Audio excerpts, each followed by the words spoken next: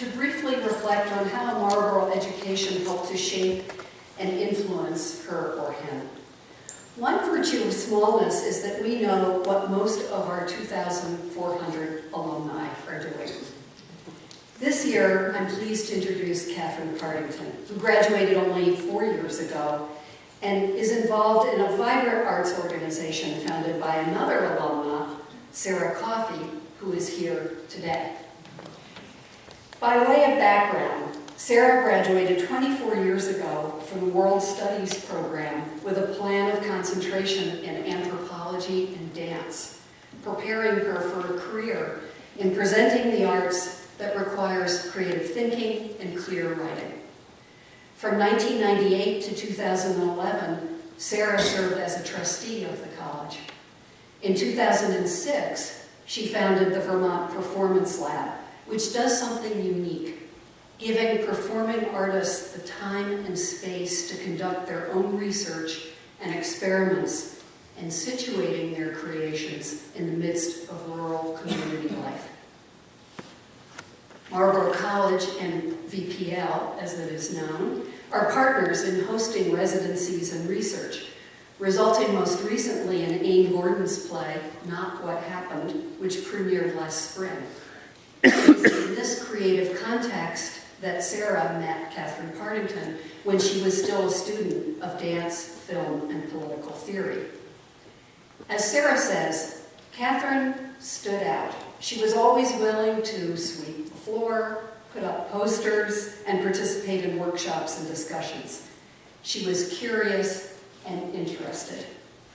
Sarah brought Katherine into some ambitious projects where she helped make them a success. Katherine did her plan in 2009 with dancer Kristen Corrigan and political theorist Meg Mott. Primarily based in New York City, she then worked as an actress, dancer, choreographer, movement teacher, and film producer. In 2010, she won the LA Movie Award for Best Actress for her role in the made-for-TV movie Overload. In 2012, she was the co-producer for the movies from Marlboro independent film, Northern Borders, directed by Marlboro faculty member Jed Craven, based on Howard Mosier's novel, and involving 26 Marlboro students in all aspects of the film. The next year, Katherine returned to this area to work with Vermont Performance Lab as its artist in residency coordinator. These are just a few of her projects. Please welcome Katherine Partington.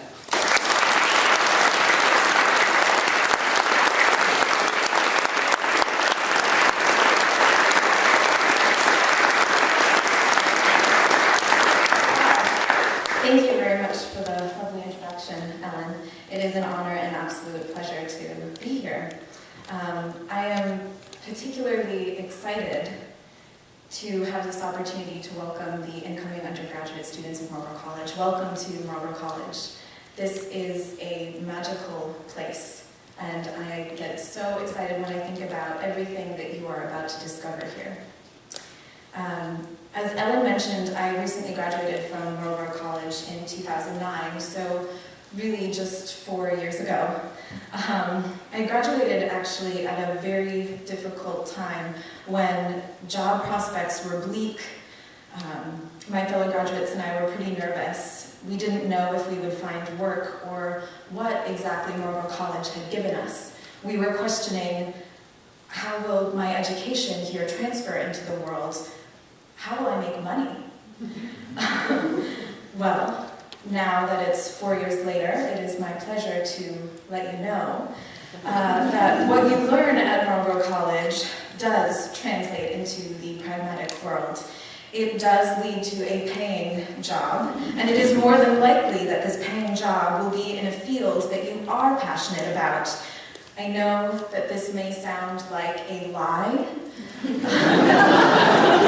but actually, this has been my experience, and it is an experience that most, if not all, of my fellow graduates from Marlboro College share. But I will talk to you more about that later. Right now, I would love to share with you a bit of my journey, why I came to Marlboro College, what I did here and what I have been doing post-college. So I actually transferred to Marlboro College from an acting conservatory in the United Kingdom called the London Academy of Music and Dramatic Art. Many people know it as LAMDA. And I was in the classical acting program there, focusing primarily on the plays of William Shakespeare, along with works from the Jacobean, Spanish Golden Age, Restoration, and French classical theater period. So essentially, I had an incredible experience and geeked out on almost an hourly basis. However, when I found myself at the brink of graduating from this incredible program, I suddenly started to ask myself, did I want to be an actress for the rest of my life? Can I do anything other than perform? If so, what else can I do, and how the hell am I going to find out? I began to seriously wonder if I was locking myself into a profession before I had given myself the opportunity to explore all that I was or was not capable of doing. I think at this point you can guess what's coming. I chose not to go into acting as a profession, at least not just that yet. I chose to apply to Marlboro College, and in the autumn of 2006, I transferred into the college as a sophomore. I was drawn to this place because, well, I wanted to pursue a student-driven education. I wanted to learn how to write properly. I wanted to learn how to articulate my ideas in a group setting in such a way that could inspire others to take action. I wanted to refine my ability as an actress to listen, but in reality not like in a movie, in charged circumstances where people were discussing sensitive current events. I wanted to be surrounded by intelligent, independently driven people who not only knew how to enclose themselves in an office and get the work done, but who also knew how to stand up at town meeting and speak to a room full of 300 people. People who knew how to contribute to a community as well as participate within one. Basically, I wanted to learn anything and everything that crossed my path or laptop. In fact, at one point during my undergraduate career, I was so inspired by my interest in absolutely everything and everyone, and I'm really embarrassed to say this, that I actually had 5 different potential plan sponsors and 5 different potential plans of concentration over 5 different departments. And that includes theater, literature, dance, political science, and film. Thankfully, I moved on from that moment quite quickly, and what emerged was my plan of concentration, which was at the intersection of political science and dance, where I focused on the politics of the creative process through writing and choreographing a mixed media dance performance. My plan sponsors were a couple of fierce women, Meg Mott and Kristen Horrigan, and I truly hope that you get the opportunity to take a class from them because they don't mess around and you're going to have a lot of fun. So by the time I had reached graduation, I was ready to leave Marlboro College. I had learned how to write and I had, in a way, discovered myself. During graduation, it was apparent that things post-college might be difficult. Nearly everyone told our class, "Congratulations," within the same breath as letting us know that we had just graduated at the worst time ever to find a job. Well, as I mentioned earlier, we did find work, and I'd like to briefly share with you what happened to me. My first paying job was within 3 months of graduation, and I was paid to perform at the Guggenheim Museum in New York City with Shenway Dance Arts. For those of you who may not know, Shenway is a choreographer most popularly known for his work in the opening ceremony at the 2008 Beijing Olympics. After dancing with Shenway for about 6 months, I was offered and accepted a role in a dance theater play off-Broadway with the Mayi Theater Company. What was so significant about this play for me was that my acting partner was Leon Inglesrud, a founding member of the City Company led by artistic director Anne Bogart.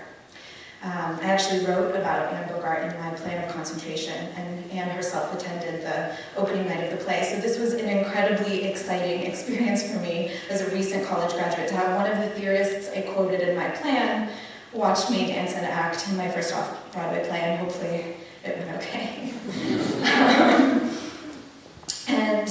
In the 4 years that followed my graduation, I was based in New York City, and I did a variety of things. I continued to work as a paid and sometimes unpaid dancer and actress, while also supplementing my income working as a waitress and a dance teacher.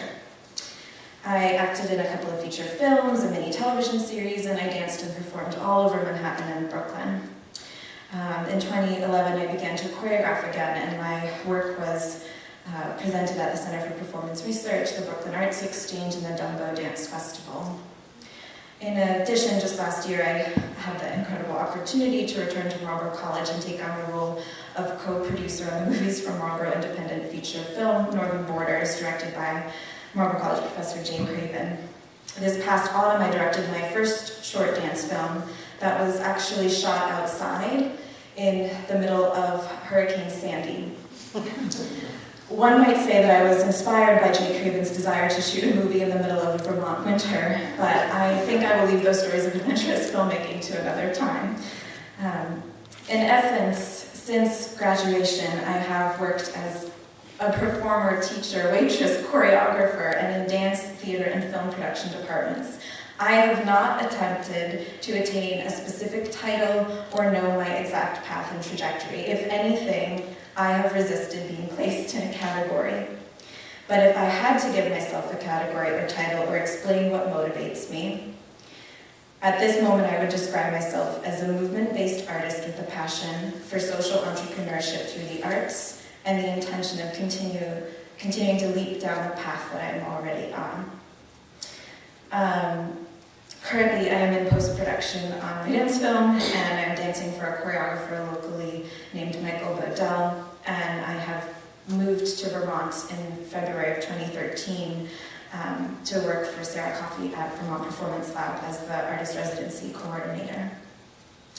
I met Sarah when I was a student, and we began a conversation about dance that has essentially continued to this day. When she hired me full-time, and I quote, Sarah said, "Katherine, I hired you because you went to Marlboro College. The way you think and engage with the world is exactly what BPL needs." On a final note, I would like to share what happened to just a few of my very talented and intelligent friends from Marlboro College. My dear friend, Kira Castaldo, graduated in 2010, and within 3 months, she landed a job in Manhattan as a litigation assistant at an intellectual property law firm.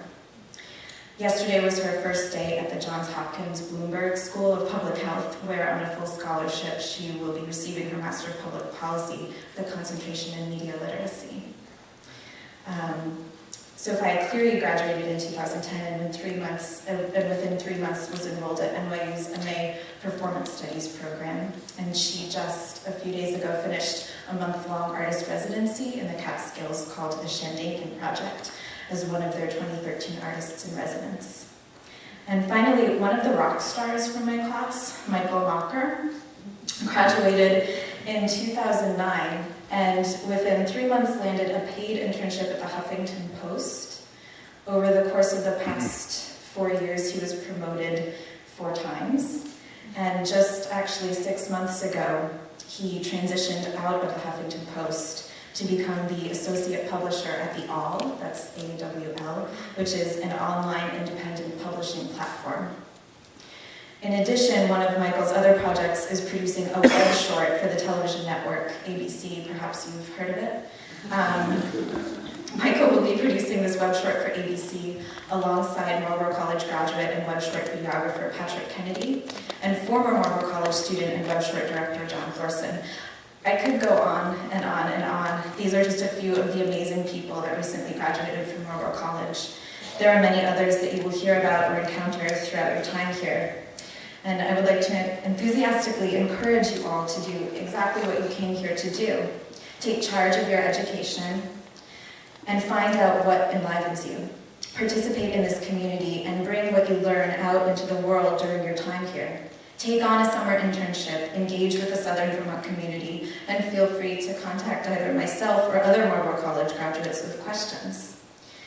Now is the time to be adventurous and cultivate the intellectual curiosity I know you all have as Marlboro College undergraduates. The education you will get here will allow you to become who you already are, but may not know yet.